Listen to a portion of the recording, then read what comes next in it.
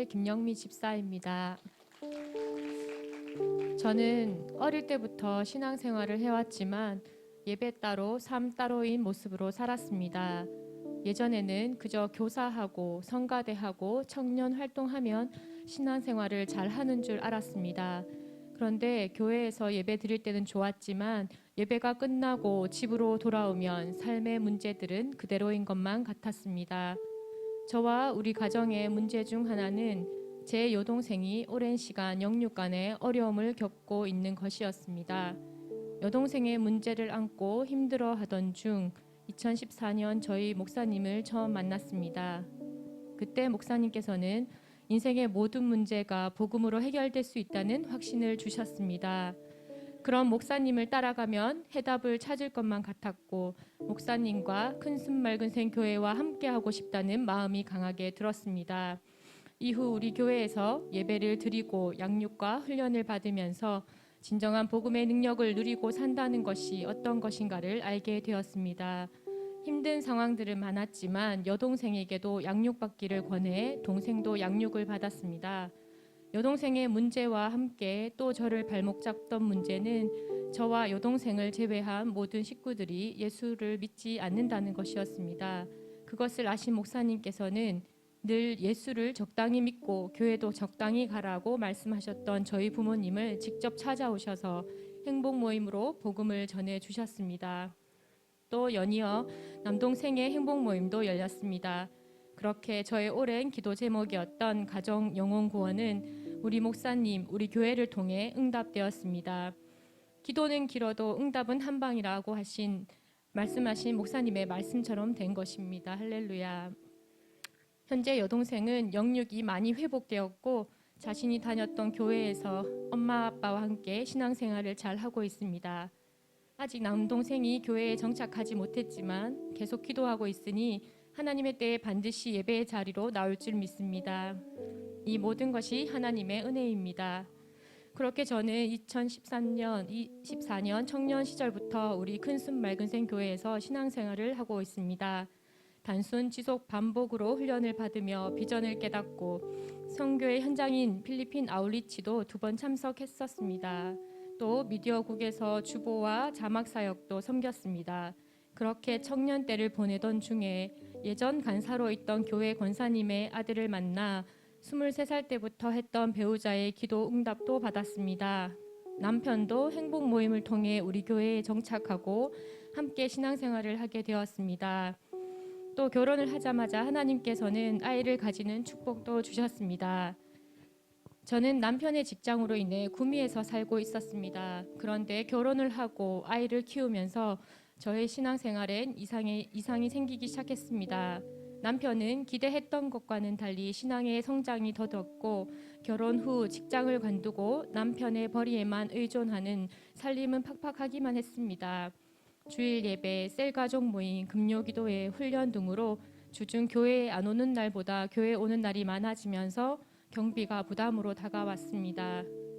그러다 보니 남편과 신혼 초부터 다투는 날이 많아졌고 저는 기도 응답을 주셨던 하나님을 바라보기보다는 현실적인 문제로 근심하고 있었습니다.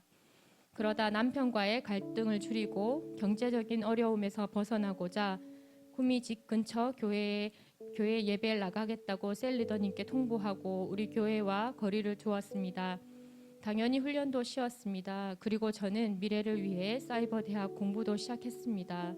그러나 뭔가 계획대로 될 것 같은 삶은 다람쥐 쳇바퀴 돌듯 그 자리였고 몸은 좀 편해진 듯 했지만 마음의 즐거움이 많이 사라졌고 허전함이 늘 있었습니다. 예배를 나오지 않아도 끈을 놓지 않고 있던 셀 리더님은 제가 이제 셀방을 나가겠다고 말하던 날 제대로 이야기할 이날을 기다리고 있었다고 했습니다.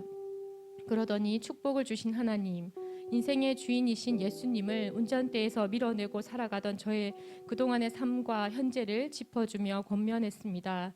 기도하며 기다리고 계신다는 목사님의 마음도 전해 들어 알게 되었습니다. 저는 하나님께 또 수년간 제자를 삼고자 애쓰신 목사님께 죄송하고 감사했습니다. 그리고 다시 불러주신 하나님을 붙들었습니다. 모든 문제들을 하나님께 맡기고 하나님이 부르시는 그 자리로 나갔습니다. 말씀을 들으며 예배가 회복되기 시작했습니다. 훈련도 다시 받게 되었습니다. 여전한 문제들과 공부와 육아, 살림을 하면서 훈련을 받는 것이 결코 쉽지는 않았습니다. 그러나 이제 더 이상 포기하지 않고 도전합니다. 그러면서 이번에 리더 캠프도 참석하게 되었습니다. 그런데 리더 캠프 전 금요일에 코로나 백신 주사를 맞고 금요일 저녁부터 몸살로 많이 아팠습니다.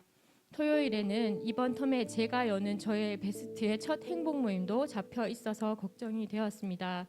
그러나 이것이 어떻게 잡힌 행복 모임인데 싶어 아픈 티를 내지 않고 가서 해야지 마음먹었습니다.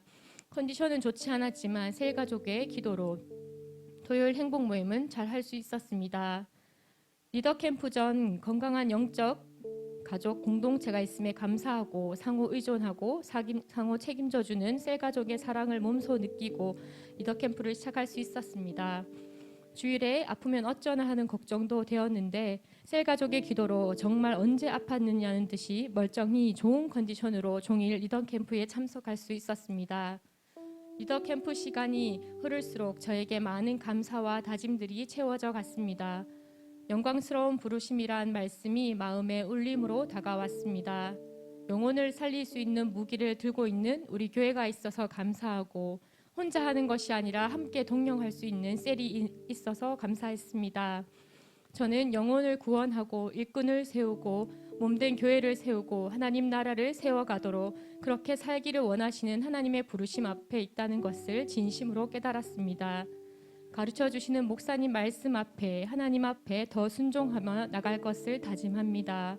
앞서 순종함으로 세워져 늘 사랑과 기도로 사역하시는 셀 리더님의 모습을 보고 배우며 잘 따르도록 애써야겠다는 생각을 했습니다. 하나님은 저를 제자로 부르셔서 복음 전하며 살기를 원하신다는 것을 요즘 더욱 많이 느끼고 있습니다. 그래서 주변에 문제 만난 사람들을 보면 행복 모임을 소개해 봅니다. 아직 거절당하는 경우가 더 많기는 합니다. 그러나 복음은 완전하고 하자가 없음을 압니다. 복음 전하는 메신저인 저의 태도와 자세가 중요하다는 것도 알아갑니다. 자녀들과 우리가 말과 혀로만 사랑하지 말고 행함과 진실함으로 하자. 요한일서 3장 18절 말씀. 아멘.